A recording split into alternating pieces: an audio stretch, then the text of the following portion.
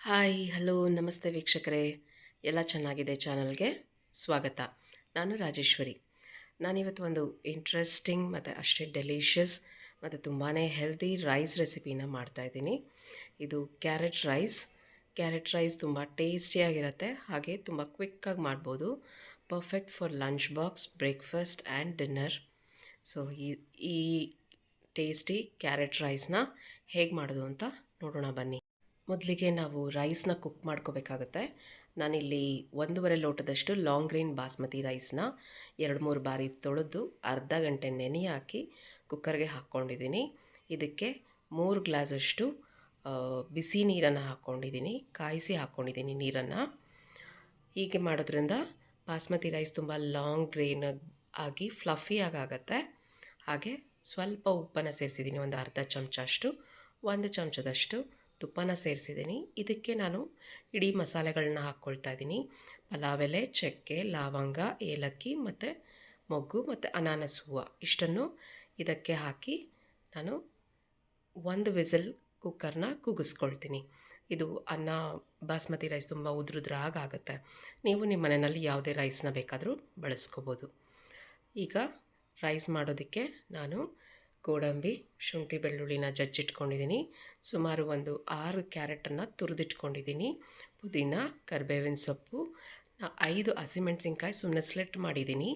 1 ದೊಡ್ಡ ಈರುಳ್ಳಿ, ಹಾಗೆ 1 ದೊಡ್ಡ ಕ್ಯಾಪ್ಸಿಕಮ್, ಹಾಗೆ ಅರ್ಧ ನಿಂಬೆಹಣ್ಣನ್ನು ತೊಗೊಂಡಿದ್ದೀನಿ. ಇದಕ್ಕೆ ನಾನು ಒಂದು ದೊಡ್ಡ ಪ್ಯಾನ್ ಇಟ್ಕೊಂಡಿದ್ದೀನಿ. ಇದಕ್ಕೆ ಸುಮಾರು ಒಂದು 4ರಿಂದ 5 ಚಮಚದಷ್ಟು ಎಣ್ಣೆ ಹಾಗೂ ಒಂದು 3ರಿಂದ 4 ಚಮಚದಷ್ಟು ತುಪ್ಪನ ಸೇರಿಸ್ತಾ ಇದ್ದೀನಿ. ಎರಡು ಚೆನ್ನಾಗಿ ಬಿಸಿಯಾಗಲಿ. ಈಗ ನಾನು ಅದಕ್ಕೆ 1 ಚಮಚದಷ್ಟು ಸೋಂಪು ಕಾಳು, 1 ಚಮಚದಷ್ಟು ಜೀರಿಗೆ, ಹಾಗೆ 1 ಚಮಚದಷ್ಟು ಉದ್ದಿನಬೇಳೆನ ಹಾಕ್ತಾಯಿದ್ದೀನಿ. ಇದೆಲ್ಲ ನಾನು ಟೀ ಸ್ಪೂನ್ ಅಲ್ಲಿ ಲೆಕ್ಕದಲ್ಲಿ ಹಾಕಿದ್ದೀನಿ. ಹಾಗೆ ಒಂದು 10-15 ಗೋಡಂಬಿ ಪುಡಿ ತುಂಡು ಮಾಡಿದ್ದನ್ನು ಹಾಕ್ಕೊಂಡಿದ್ದೀನಿ. ಇದೆಲ್ಲ ಸ್ವಲ್ಪ ಯೆಲ್ಲೋಯಿಶ್ ಆಗಿ ಫ್ರೈ ಆಗಲಿ. ಆಮೇಲೆ ಶುಂಠಿ ಬೆಳ್ಳುಳ್ಳಿನ ಜಜ್ಜಿಟ್ಕೊಂಡಿರೋದನ್ನು ಹಾಕಿದ್ದೀನಿ. 1 ಇಂಚ್ ಆಗುವಷ್ಟು ಶುಂಠಿ, ಒಂದು 6-7 ಬೆಳ್ಳುಳ್ಳಿನ ತೊಗೊಂಡಿದ್ದೀನಿ. ಹಾಗೆ ಇದಕ್ಕೆ ಸ್ಲಿಟ್ ಮಾಡಿರೋ ಮೆಣಸಿನ್ಕಾಯಿ ಮತ್ತು ಕರಿಬೇವಿನ ಸೊಪ್ಪನ್ನು ಹಾಕಿದ್ದೀನಿ. ಇದು ಸ್ವಲ್ಪ ಫ್ರೈ ಆಗೋ ಅಷ್ಟರಲ್ಲಿ ನಾವು ಇದಕ್ಕೆ ಉದ್ದುದ್ದಾಗಿ ಹೆಚ್ಚಿಟ್ಕೊಂಡಿರೋ 1 ದಪ್ಪ ಈರುಳ್ಳಿನ ಹಾಕ್ಕೊಳ್ಳೋಣ. ಈರುಳ್ಳಿನ ಉದ್ದುದ್ದ ಹೆಚ್ಚಿಕೊಂಡ್ರೆ ಚೆನ್ನಾಗಿರುತ್ತೆ. ಇದು ಈರುಳ್ಳಿ ತುಂಬ ಬ್ರೌನ್ ಎಲ್ಲ ಏನೂ ಆಗೋದು ಬೇಡ, ಸ್ವಲ್ಪ ಲೈಟ್ ಪಿಂಕಿಶ್ ಕಲರ್ ಟರ್ನ್ ಆದರೆ ಸಾಕಾಗತ್ತೆ. ಈ ರೈಸ್ ತುಂಬಾ ಕ್ವಿಕ್ಕಾಗುತ್ತೆ, ಹಾಗೆ ಟೇಸ್ಟಿಯಾಗಿ ಆಗುತ್ತೆ. ಆ್ಯಂಡ್ ಲಂಚ್ ಬಾಕ್ಸ್ಗೂ ಕೂಡ ತುಂಬಾ ಚೆನ್ನಾಗಿರುತ್ತೆ ತಿನ್ನೋದಕ್ಕೆ. ನೀವು ಯಾವುದೇ ರೈಸಲ್ಲಿ ಸಹ ಮಾಡ್ಕೊಳ್ಬೋದು. ಈಗ ಸಣ್ಣದಾಗಿ ಹೆಚ್ಚಿಟ್ಕೊಂಡಿರೋವಂಥ 1 ದಪ್ಪ ಕ್ಯಾಪ್ಸಿಕಮ್, ಹಾಗೆ ತುರಿದಿಟ್ಕೊಂಡಿರೋವಂಥ ಕ್ಯಾರೆಟ್ನ ಸಹ ಸೇರಿಸ್ಕೊಳ್ಳೋಣ. ಇದೆರಡನ್ನು ಚೆನ್ನಾಗಿ ಮಿಕ್ಸ್ ಮಾಡಿ ಎಣ್ಣೆನಲ್ಲೇ ಸ್ವಲ್ಪ ಹೊತ್ತು ಫ್ರೈ ಆಗ್ತಾ ಇರಲಿ.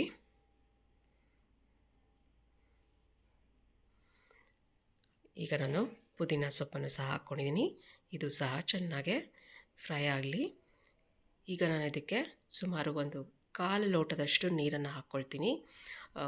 ಸ್ವಲ್ಪ ಎಲ್ಲ ಕ್ಯಾರೆಟು ಮತ್ತು ಕ್ಯಾಪ್ಸಿಕಮ್ ಎಲ್ಲ ಬೇಯೋದಕ್ಕೆ ಸಹಾಯ ಆಗುತ್ತೆ. ಈಗ ಲಿಡ್ ಮುಚ್ಚಿಟ್ಟು ಮೀಡಿಯಮ್ ಉರಿನಲ್ಲಿಟ್ಟು ಚೆನ್ನಾಗಿ ಬೇಯೋದಕ್ಕೆ ಬಿಟ್ಬಿಡೋಣ. ನೋಡಿ, ಕ್ಯಾರೆಟು ಕ್ಯಾಪ್ಸಿಕಮ್ ಎಲ್ಲ ಚೆನ್ನಾಗಿ ಬೆಂದಿದೆ. ಇದನ್ನು ಹಾಗೆ ಒಂದು 2-3 ಬಾರಿ ಕೈ ಆಡಿಸ್ತಾ ಚೆನ್ನಾಗೆ ಫ್ರೈ ಮಾಡ್ಕೊಳ್ಳೋಣ. ಈಗ ನಾವು ಇದಕ್ಕೆ ಮಸಾಲೆಗಳನ್ನು ಆ್ಯಡ್ ಮಾಡ್ತಾ ಬರೋಣ. ಮೊದಲಿಗೆ ನಾನಿಲ್ಲಿ ರುಚಿಗೆ ತಕ್ಕಷ್ಟು ಉಪ್ಪನ್ನು ಹಾಕ್ಕೊಳ್ತಾ ಇದ್ದೀನಿ. ಹಾಗೆ ನಾವಿಲ್ಲಿ ಮೆಣಸಿನ್ಕಾಯಿನ ಬಳಸಿರೋದ್ರಿಂದ ಒಂದೇ ಒಂದು ಸಣ್ಣ ಚಮಚದಷ್ಟು ಅಚ್ಕಾರದ ಪುಡಿ, ಹಾಗೆ 1 ಚಮಚದಷ್ಟು ಧನಿಯಾ ಪುಡಿ, ಒಂದು ಅರ್ಧದಿಂದ 3/4 ಚಮಚದಷ್ಟು ಜೀರಿಗೆ ಪುಡಿ, ಹಾಗೆ 1 ಚಮಚದಷ್ಟು ಗರಂ ಮಸಾಲಾನ ಸೇರಿಸೋಣ. ಈಗ ಇದನ್ನೆಲ್ಲ ಚೆನ್ನಾಗಿ ಮಿಕ್ಸ್ ಮಾಡೋಣ. ಕ್ಯಾರೆಟ್ ರೈಸ್ ತುಂಬ ಆರೋಗ್ಯಕ್ಕೆ ಒಳ್ಳೆಯದು. Carrot rich in vitamin A. ನಮ್ಮೆಲ್ರಿಗೂ ತಿಳಿದಿರೋ ಹಾಗೆ ಇದು ವಿಷನ್ ಇಂಪ್ರೂವ್ ಆಗೋದಕ್ಕೆ ತುಂಬಾ ಸಹಾಯ ಮಾಡುತ್ತೆ.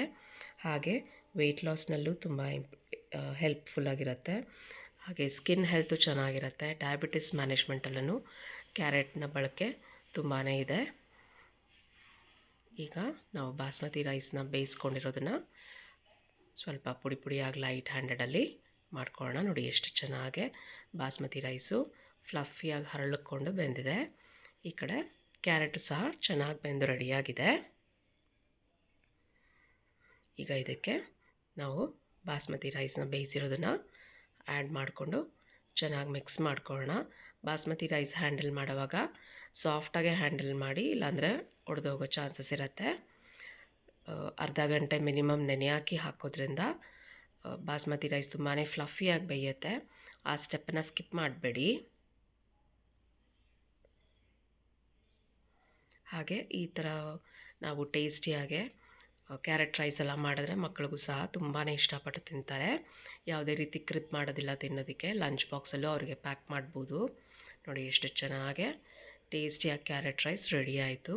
ಈಗ ಇದಕ್ಕೆ ಸಣ್ಣದಾಗಿ ಹೆಚ್ಚಿಟ್ಕೊಂಡಿರೋವಂಥ ಕೊತ್ತಂಬರಿ ಸೊಪ್ಪು ಹಾಗೆ ಅರ್ಧ ನಿಂಬೆಹಣ್ಣು ತೊಗೊಂಡಿದ್ವಲ್ಲ ಅದ್ರದ್ದು ರಸನ ಹಾಕ್ಕೊಳ್ಳೋಣ. ನಾನು ಸ್ಟವ್ ಹಾರಿಸಿ ನಿಂಬೆಹಣ್ಣು ರಸನ ಹಾಕ್ಕೊಳ್ತಾ ಇದ್ದೀನಿ. ಇದನ್ನೆಲ್ಲ ಚೆನ್ನಾಗೆ ಮಿಕ್ಸ್ ಮಾಡಿಕೊಂಡ್ರೆ ನಮಗೆ ಟೇಸ್ಟಿ ಮತ್ತು ಹೆಲ್ತಿಯಾಗಿ ಕ್ವಿಕ್ಕಾಗೆ ಕ್ಯಾರೆಟ್ ರೈಸು ರೆಡಿ ಆಯಿತು. ಇದನ್ನು ನಾವು ಬೆಳಗಿನ ಬ್ರೇಕ್ಫಾಸ್ಟ್ಗೆ, ಲಂಚ್ಗೆ, ಡಿನ್ನರ್ಗೆ ಯಾವಾಗ ಬೇಕಾದರೂ ಮಾಡ್ಕೊಳ್ಬೋದು. ತುಂಬಾ ಟೇಸ್ಟಿಯಾಗುತ್ತೆ. ಈ ವಿಡಿಯೋ ನಿಮಗೆ ಇಷ್ಟ ಆಗಿದ್ದರೆ ಲೈಕ್ ಮಾಡಿ, ಶೇರ್ ಮಾಡಿ ಮತ್ತು ನಮ್ಮ ಚಾನಲ್ಗೆ ಸಬ್ಸ್ಕ್ರೈಬ್ ಮಾಡಿ. ಪಕ್ಕದಲ್ಲೇ ಇರೋ ನೋಟಿಫಿಕೇಷನನ್ನು ಆನ್ ಮಾಡ್ಕೊಳ್ಳಿ. ಹೀಗೆ ಮತ್ತಷ್ಟು ವಿಡಿಯೋವನ್ನು ನಾವು ನಮ್ಮ ಚಾನಲ್ನಲ್ಲಿ ಪೋಸ್ಟ್ ಮಾಡ್ತಾ ಇರ್ತೀವಿ. ಖುಷಿಯಾಗಿರಿ. Thank you for watching. ಧನ್ಯವಾದಗಳು. Take care.